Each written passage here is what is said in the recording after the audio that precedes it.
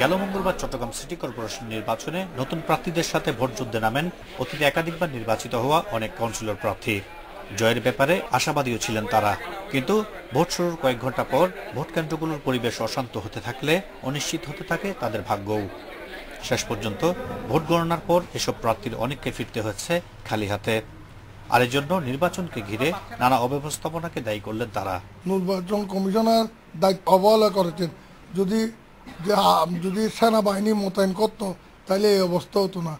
প্রতিদ্বন্দ্বী কাউন্সিলরের লোকজনের বাধার কারণে বহু ভোটার ভোট কেন্দ্রে গিয়েও ভোট দিতে পারেননি, আর এটাকেই পরাজয়ের কারণ বলছেন কেউ কেউ।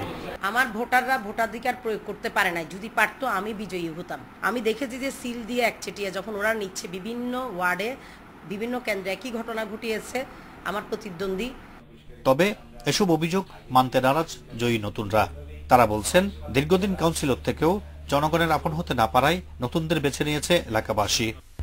বিগত 5 বছর যাবৎ যারা দায়িত্বে ছিলেন, মেয়র মহোদয় সহ বেশিরভাগ কাউন্সিলর তাদের দায়িত্ব পালনে ব্যর্থ হয়েছেন। তাদের মানুষের প্রতি দরদ ছিল না, তারা শুধু কাউন্সিলর হিসেবে নিজেদেরকে পরিচয় দিতেই পছন্দ করছেন।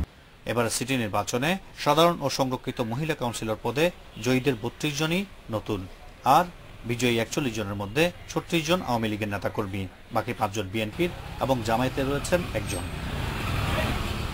Ahsan Riton, Independent News, Chittagong.